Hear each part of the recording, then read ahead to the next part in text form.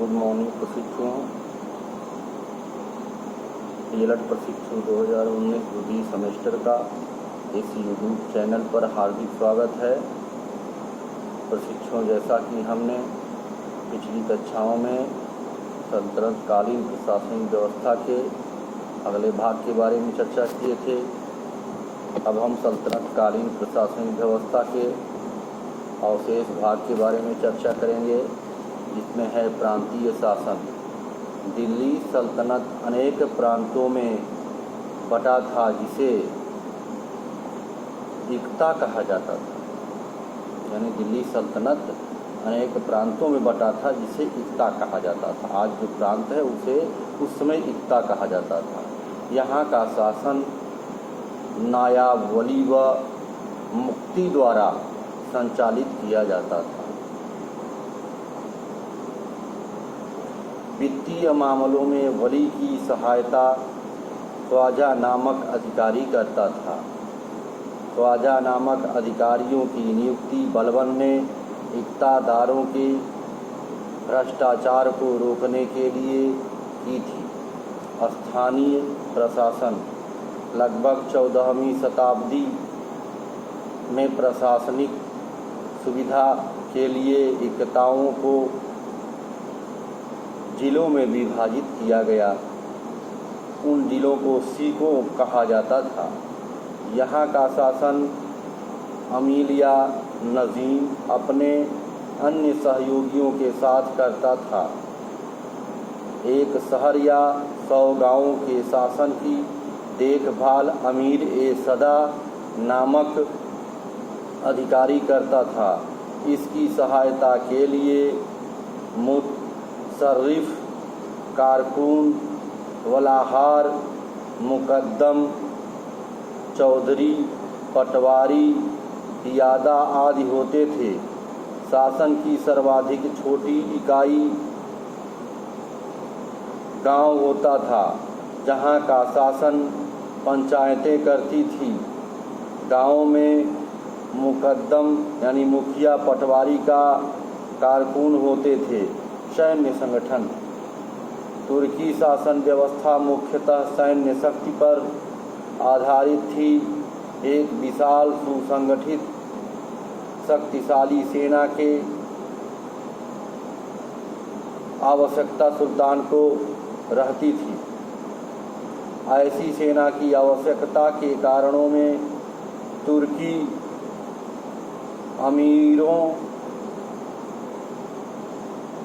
सरदारों द्वारा किए गए विद्रोह को कुचलने, राजपूत राजाओं की विद्रोहात्मक प्रवृत्ति से निपटने, मंगोलों के आक्रमण को रोकने एवं सुल्तानों की साम्राज्य विस्तार की नीति को सफल बनाने आदि शामिल थे। और इन कार्यों के लिए विशाल एवं संगठित अस्थायी सेना की आवश्यकता रहती थी। सल्तनतकालीन सैन्य व्यवस्था के अंतर्गत इल्तुतमिश द्वारा स्थापित सेना को हस में ए कल्ब केंद्रीय सेना या कल्ब ए सुल्तानी कहा जाता था, जबकि सामंतों एवं प्रांतपतियों की सेना को हस में ए अंतराफ होती थी। शाही घुड़सवार सेना को सवार ए कल्ब कहा जाता था। सल्तनतकालीन सेना का ढांचा राष्ट्रीय नहीं था, बल्कि इसमें तुर्क, अमीर, ईरानी, मंगोल, अफगान एवं भारतीय मुसलमान शामिल होते थे। सल्तनत काल में 4 प्रकार के सैनिक होते थे। प्रथम वे सैनिक होते थे जिनको स्वयं सुल्तान नियुक्त करता था। यह सुल्तान को अस्थायी सेना के रूप में देखा जाता था। इसे खास खेल का नाम दिया गया। अलाउद्दीन खिलजी के समय में लगभग 4.25 लाख की अस्थायी सेना थी। द्वितीय वे सैनिक होते थे जो प्रांतों एवं सूबेदारों को सेना में भर्ती होते थे। प्रांतीय आरोज इस सेना की देखभाल इक़्तिदारों के नेतृत्व में करते थे। यह सेना वर्ष में एक बार सुल्तान के समय निरीक्षण हेतु प्रस्तुत की जाती थी। तृतीय, वे सैनिक होते थे जिन्हें युद्ध के समय अस्थायी रूप से भर्ती किया जाता था। इनको युद्ध काल तक ही वेतन एवं रसद प्राप्त होता था। चतुर्थ, वे सैनिक होते थे जो मुस्लिम स्वयंसेवकों के रूप में काफिरों से युद्ध करते थे। इन्हें कोई वेतन नहीं मिलता था। सल्तनत कालीन सेना मुख्यतः 3 भागों में विभक्त थी: घुड़सवार सेना, गज यानी हाथी सेना और पदात यानी पैदल सेना या पायक सेना। संख्या की दृष्टि से पैदल सेना सबसे बड़ा होता था, परंतु सामरिक दृष्टिकोण से सेना का महत्वपूर्ण भाग घुड़सवार सेना होती थी। मंगोल सेना के वर्गीकरण की दशमलव प्रणाली को सल्तनतकालीन सैन्य व्यवस्था का आधार बनाया गया। सल्तनतकालीन सैन्य व्यवस्था में सेना का गठन, पदों का विभाजन आदि दशमलव प्रणाली पर ही आधारित थे। 10 अश्वारोही की एक टुकड़ी को सर ए खेल, 10 सर ए खेलों की एक टुकड़ी के ऊपर एक सिपह सालार, 10 सिपह सालारों के ऊपर एक अमीर, 10 अमीरों के ऊपर एक मलिक और 10 मलिकों के ऊपर एक खान होता था। 10 अश्वारोही बराबर एक सर ए खेल, 10 सर ए खेल बराबर एक सिपह सालार, 10 सिपह सालार बराबर एक अमीर, 10 अमीर बराबर एक मलिक, 10 मलिक बराबर एक खान। सल्तनत काल में बारूद की सहायता से गोला फेंकने की मशीन को मंगलिक तथा अर्राट कहा जाता था। सुल्तान के पास नावों का एक बेड़ा होता था। नाव के बेड़े का संचालन मीर बहर नामक अधिकारी के नेतृत्व में होता था, जिसका उपयोग सैनिक सामान को ढोने में किया जाता था। साहिब ए वरीद ए लश्कर विभाग युद्ध के समय की समस्त जानकारी राजधानी भेजता था।